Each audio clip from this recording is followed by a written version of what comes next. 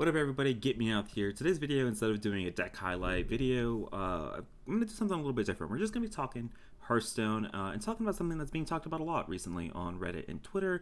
I'm talking about kind of the health of the format right now and adjustments that need to be made not only for this week and this upcoming month, but also like for the format moving forward for, a better WoW format for 2021. But before we get talking about changes that I want to see, I just kind of want to reiterate my philosophy on WoW balance, because this might be something that differs from a lot of you guys that are listening.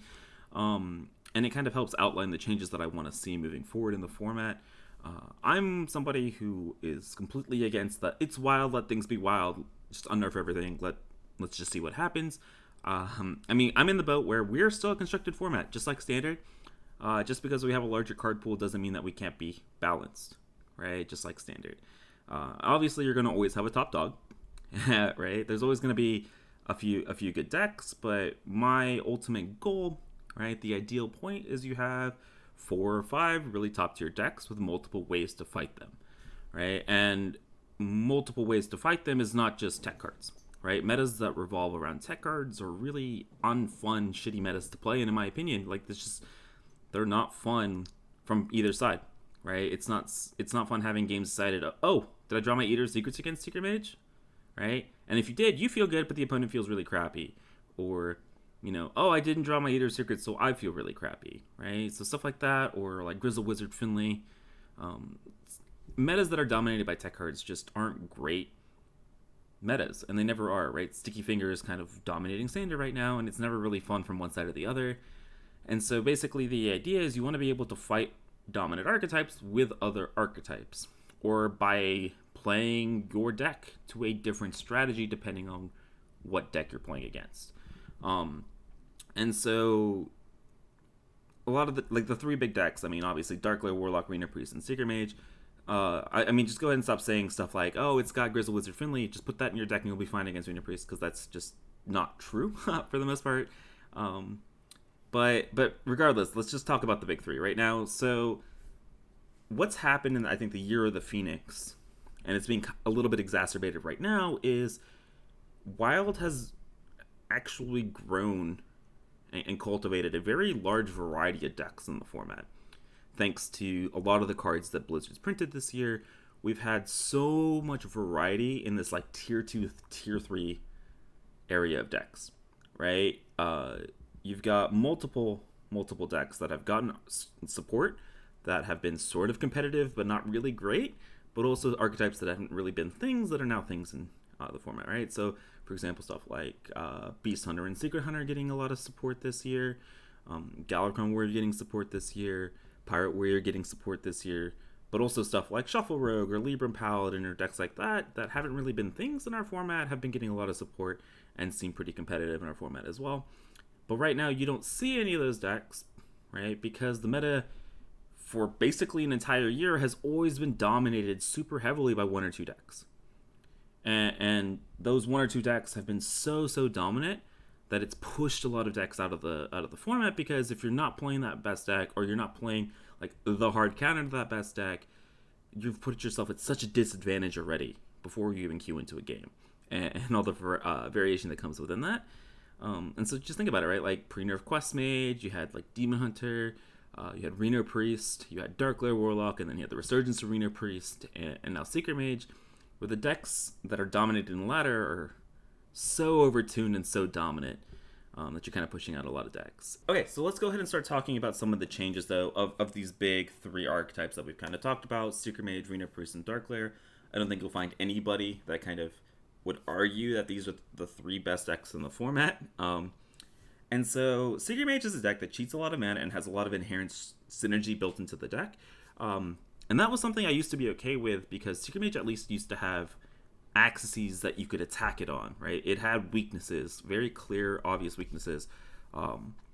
That, like, if Secret Mage was popular, you could play something like Odd Paladin or Aggro Druid or Odd Rogue or even Shaman, decks that played for board super effectively, because if you could keep them off the board, then they had to use burn on minions, and then you were fine. And you could play for a longer game.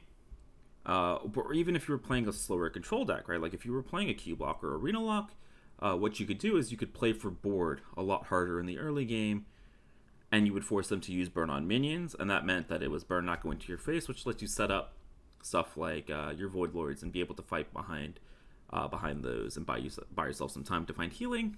But then they printed Flame Ward and Flak Mage, and that's not really a weakness of the deck anymore. You can't really fight for board super effectively against Secret Mage. And then the weakness of Secret Mage then became, okay, well, let's just starve them of cards. Okay? If we can starve them of cards, and as long as they don't draw all enough, or if they draw all enough, have a way to remove it available. If you could do that, then you were fine. If you could run the Secret Mage out of cards, you could swamp them in card advantage, take over the board, and be okay. Well, then they printed Rigged Fair Game and Sage, and now you can't do that either. And so now the deck doesn't have any like super clear weaknesses for you to attack, right? And without those super clear weaknesses to attack, now the mana cheating is like in the limelight, right? Being able to play a Cabal Lackey on turn 1 with a Rigged Fair Game, we were looking at some of the HS replay stats earlier, that usually results in an 80% win rate. That's like higher than Barnes on 4 win rate used to be, by the way. Like, it's that insane. And so what I would love to see is give Secret Mage one of those weaknesses back.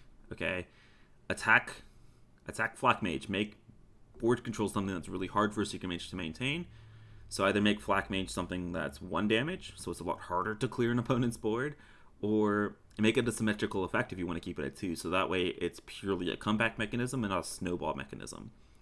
But I think what's more likely to happen is potentially hitting something like Rigged Fair Game, or Sage, and or both. I think Rigged Fair Game, drawing 3 cards for free, is because you're very rarely playing these secrets for mana, right? You have the Warlock keys, you have Scientists, you have Ancient Mysteries, you have Kirin Tors. You're never really paying mana for these secrets, and so drawing 3 for free is pretty insane, especially on turn 1 because it makes your early game super, super, super smooth. Or moving Sage to 7 mana. I think nerfing Rigged Fair Game to 2 is probably the cleanest nerf while keeping the deck super strong. But right now, because the deck has no weaknesses and it cheats so much mana early in the game, and it's a little bit frustrating to play into the secrets themselves. I have my own issues with secrets, but the fact that, like, okay, well, I have to hit their face because I can't let them draw 3 cards, but that plays into Flame Ward, so I lose my board. Or, okay, I can't afford to lose my board. I'll let them draw 3, but at least I'll have a board to fight whatever they play. But then you play into Flak Mage, and you're just like, okay, dude, but let me hit face, and then I can clear their board with a spell. Just kidding, there's a counter spell or another one portal. It all just kind of plays super, super well into each other, and so it's a very frustrating deck to play. And I think Rigged Fair Game is the thing. Rigged Fair Game and Flak Mage shore up the 2 weaknesses of that deck, so it's an incredibly frustrating deck to play against, and it's currently, I think, one of the best decks in the format. I would call Secret Mage better than Rena Priest and Darklight Warlock personally. But nerf Rigged Fair Game or Flak Mage. Give us some access to attack Secret Mage. Give it a weakness. Okay, it currently doesn't have one of those. And let's move on to Rena Priest. So I've talked about Rena Priest a lot on both State of the Wild and on my stream, so I don't really want to harp too much on this. But Rena Priest is the best control deck in the format, and it's the best control deck while also enabling, or having access rather, to the best, most flexible OTK in the format. Spawn of Shadows is basically a 1-mana OTK with these spells, because 0-mana Hero Power and Anduin.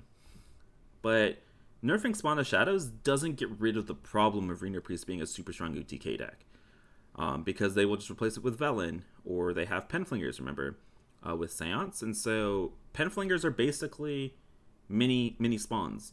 You're going to be lowering the damage output by nerfing Spawn of Shadows very, very minimally, and it's not going to really change the deck way too much. And so I think what you have to do is I think you just nerf the Raza. We've already experimented with this in the past. 1-mana Hero Power Raza. Like, it kept the deck fine. It had a role in the metagame as a control deck that could OTK stuff like slower Warlock decks, but it had clear weaknesses to something like Druid or Odd Warrior decks that had armor gain, because you no longer have this like 60 damage OTK that you can set up with Spawn of Shadows. But yeah, I think you need to nerf Rena Priest, because if you nerf these other decks and you don't nerf Rena Priest, I mean, we're just in for another couple months of Rena Priest domination. And then last but not least, let's talk Darklair. Darklair Warlock is the degenerate kind of combo deck of dumping a ton of stats super early in the game that they have nerfed in the past, i.e. like Snip Snap Warlock, Naga Giants Warlock, and of course like Dark Lair Warlock itself. And so while I don't think they hit Dark Lair itself, right? I don't think they hit it again.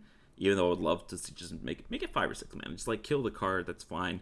But it's still enabling super powerful big swing turns early in the game that I think is going to get attention, just because these are the things that are really egregious and things that they have nerfed in the past, and it's usually the only things that they do.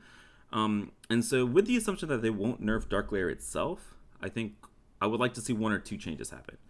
The first change that I'm thinking about is potentially Raise Dead going from 0 mana to 1. Alright, so 0 mana cards are already broken, we all know that.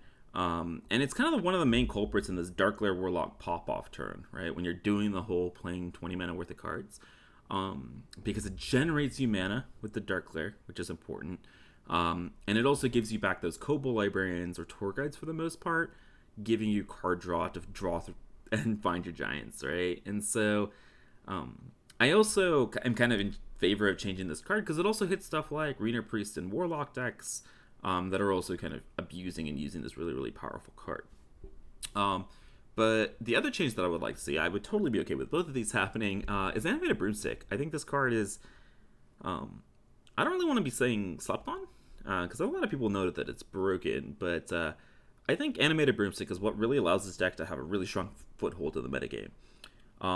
Because what happens now is the deck does nothing the first like 3 or 4 turns of the game, right, other than tapping. And then aggro decks can't really punish it super hard because they do this Dark Lair pop off, and then they play 1 or 2 giants with all these 2/1s and 3/2s, and then they play a Broomstick, swing the board back into your favor, and then as an aggressive deck, you have no way back into the game. And so it really limits the kind of the power of the aggressive decks against Dark Lair Warlock. And so if you want to keep Animated Broomstick as a 1 mana card, just make it give 1 or 2 minions, or make it 1 mana, only give 1 or 2 minions rush. I mean, it's a Broomstick. It can't really hold 6 minions, for goodness sake. 1 minion, yeah. 6 minions, no. Or if you want to keep its effect of an entire board swing, make it 2 or 3 mana. I think it'll definitely, if you hit Broomstick, you lower the power of Dark Lair Warlock a ton. And so, yeah, those are the changes that I would make to hit the 3 best decks in the format.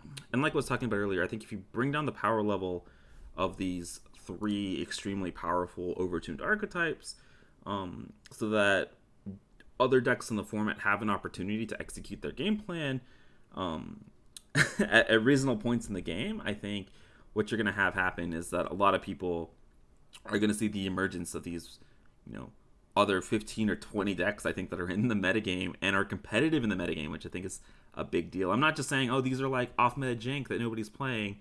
I think if you do nerf these cards, you will see these play because they are competitive and they can all take games off of each other. And I would love to see kind of what the format shapes up as if you could hit these three powerful archetypes. But I do want to take a little bit of time now and kind of look more at the Wild format as a whole. Take a little bit of a step back and talk about some changes that I would like to see happen in 2021 to make the Wild format more accessible, right? First of all, make it more accessible for more people to play. Some fundamental issues that I think they need to change for the health of the format moving forward.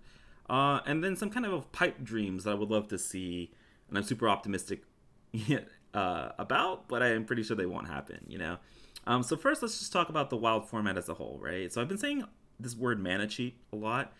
And let me just, to me, mana cheat is literally when you're playing cards for less than the mana cost that's printed on the card, right? And I know it's a super basic definition, and it's prevalent throughout our format, and it's important for our format. But what's happened is, because the mana cheating has become so obscene, right? You're playing 20 mana Mountain Giants for 0 mana on turn 4, right? What's happened is our Wild format has become an arms race of who can cheat out the most mana the quickest in the game, and then the few decks that can clear those boards or kill the decks before they do that. That's kind of what the meta has, or that's kind of what the format has evolved into, in my opinion. And so when those extreme cases happen, they do get nerfs. But what I would love to see is, I would love to see Blizzard address these issues before they become problems. And so I would love to see things that make cards cost 0 not do that, right? So in the past, Stork Apprentice was like one of the main abuse, like one of the main cards in Quest Mage that abused Evocation and in combination with Flame Waker or Mana Cyclone, right? Mech Warper. Mech decks were never really fun to play against, right? Just like pure Mech Hunter, pure Mech Paladin. It really felt swingy. Like, if the player had a Mech Warper, that player won, and the other player didn't really feel like they did anything that game, right? But it was also like the main culprit of the Snip Warlock that kind of took over the format for a little bit. Canrith, that I think right now is not really being talked about, but it's obscene in Discard Warlock, and the amount of like it's basically Mech Warper for demons, and it's a lot more powerful, I think, in Discard Warlock with some of the synergies that are available there. And then Radiant Elemental is just the priest equivalent of Sorcerer's Apprentice that can eventually just get abused in the future. I think if you just hard cap them so they can't be discounted below 1, I think you prevent and fix a lot of situations in the format moving forward. But I would also like you to take a look at like cards like Void Collar, Prismatic Lens. Like Blood Bloom was a card like Prismatic Lens that just eventually got broken because it's just asking to be broken because it cheats obscene amounts of mana. These aren't cards that are fun to play against, right? They're not really fun to play against.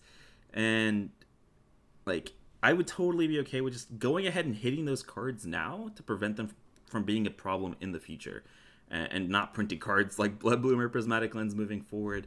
When you have games like that, and games become insanely reliant on cheating obscene amounts of mana, no player comes out of that feeling okay, right? Like, the person who cheats the obscene amounts of mana is probably feeling okay, but they're also probably feeling a little bit dirty, and the player that had it happen to them, it's probably closing Hearthstone for the rest of the day and not queuing it up for the rest of the week. So I think that's kind of the big thing right now. A lot of the problem decks in the format, I feel like in 2020, were decks that abused the mana cheat system. And like I'm saying, mana cheating is prevalent in the format, but the obscene scenarios where you're cheating insane amounts of mana early in the game, I think we need to tone those back, right?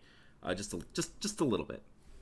But outside of the gameplay scenarios, I think there's some also basic things that can be done to support the WoW format moving forward in 2021. So the first thing I want to talk about is making the WoW format easier to get into. Because the format currently doesn't have any competitive incentive to play, the cards in WoW currently have intrinsically lower value than those in Standard, right, for the majority of people. So there are obvious problems with making card packs cheaper, because that can be abused for creating dust or making dust.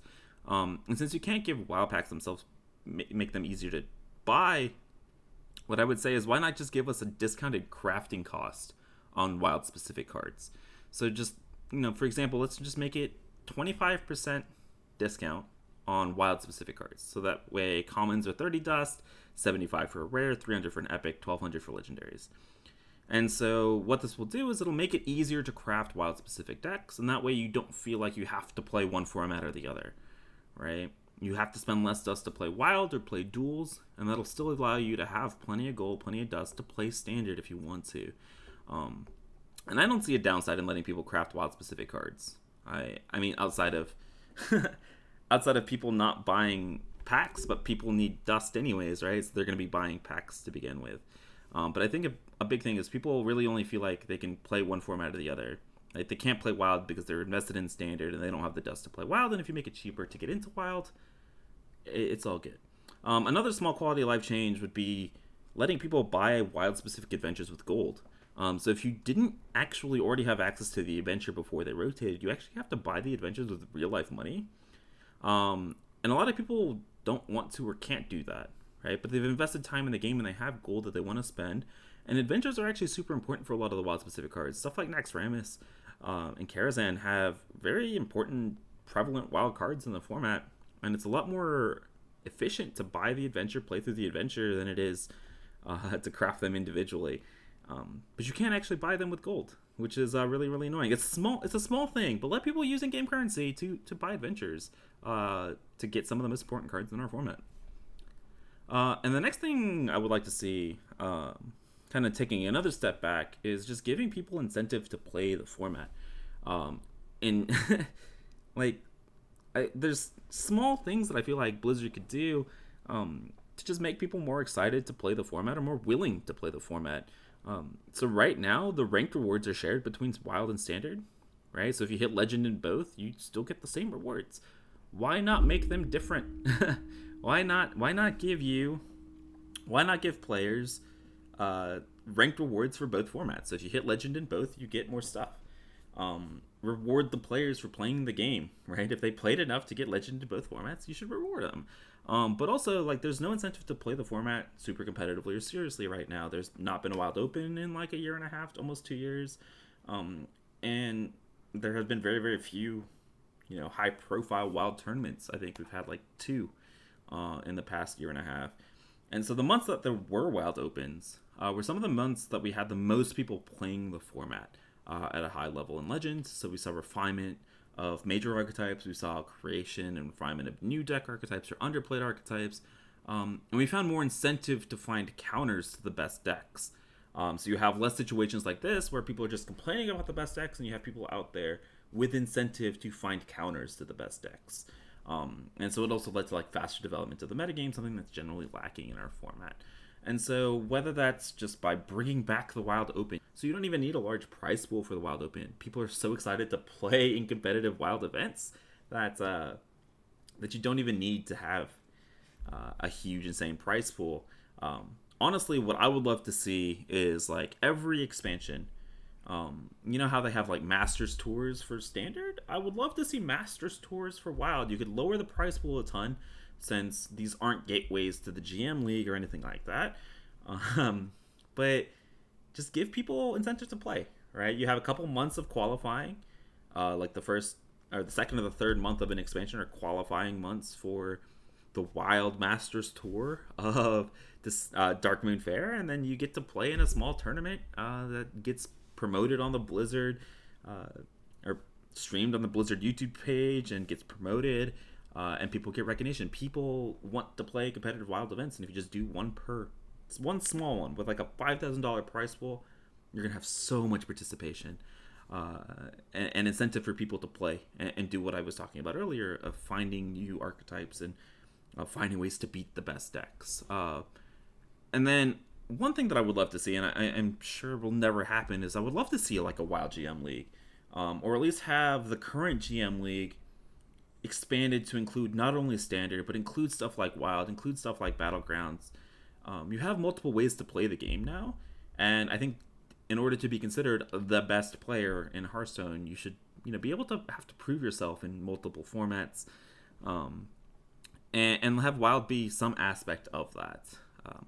I don't want to harp too much on that because I know a lot of you guys aren't super competitive, but I would love to see people have incentive to play the format to begin with. And then a little bit of a pipe dream here. So I've been diving a little bit more into Magic right now, spending a lot more time playing some Magic because I'm not really enjoying the metagame in Wild. And something that I've been learning about are they have things in Magic called like master sets for these Eternal formats, introducing new cards to Eternal formats. And while they haven't always been the most balanced when it came to Magic, I think the idea is a great idea.